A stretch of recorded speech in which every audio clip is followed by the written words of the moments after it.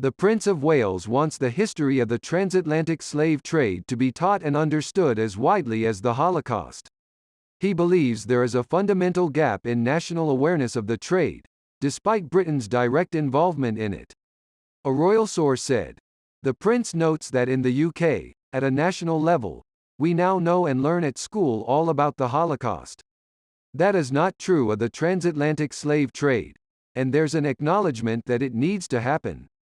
The source stressed that the Prince, who is patron of the Holocaust Memorial Day Trust, was not trying to dictate education policy but wanted to encourage others to deepen their own understanding as he was trying to do.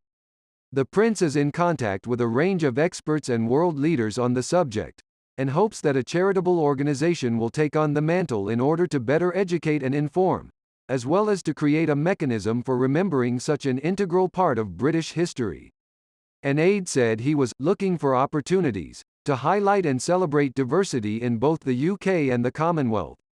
Although there is no suggestion that he wants to create such an organization himself, he is said to be keen to find one that will provide a similar focus to that of the Holocaust Memorial Day Trust. It was through the trust that the Prince met Eric Murangwa, a Rwandan footballer who narrowly escaped death during the 1994 genocide, and urged him to visit memorial sites during his visit to Kigali. As a result, the Prince and the Duchess of Cornwall last week visited the Kigali Genocide Memorial, noting how important it is never to forget the horrors of the past.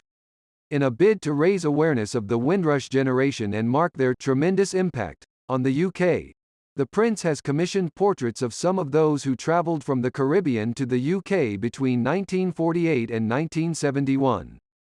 It comes after the Queen officially marked Windrush Day for the first time last week, issuing a personal tribute to the profound contribution that the Windrush pioneers and their descendants have made to the UK.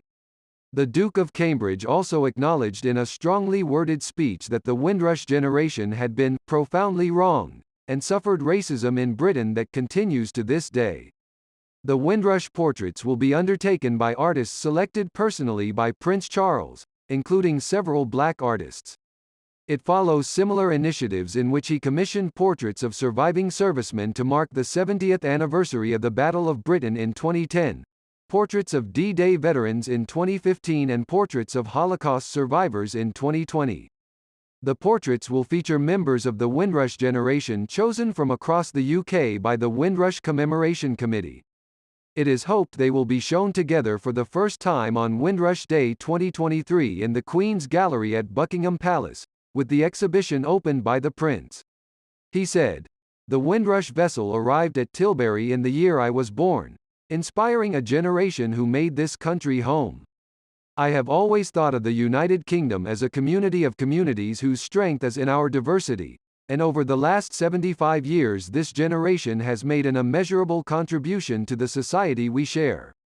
That is why, in this special anniversary year, I wanted to pay my own heartfelt tribute to the role they have played in our nation's story."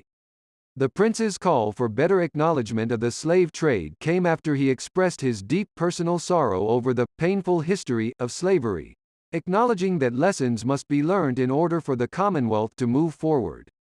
He told Commonwealth leaders in Kigali on Friday that the roots of the 54-member association run deep into the most painful period of our history.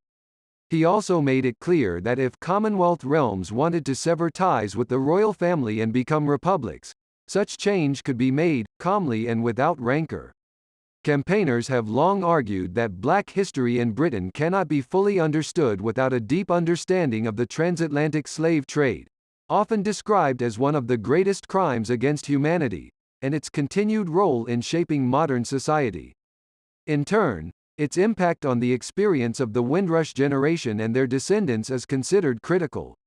There have been increasing calls for members of the royal family to apologize for the monarchy's role in financing and perpetuating the slave trade. The Duke and Duchess of Cambridge faced a confrontation over slavery reparations during their recent Caribbean tour, which was criticized for its colonial overtones.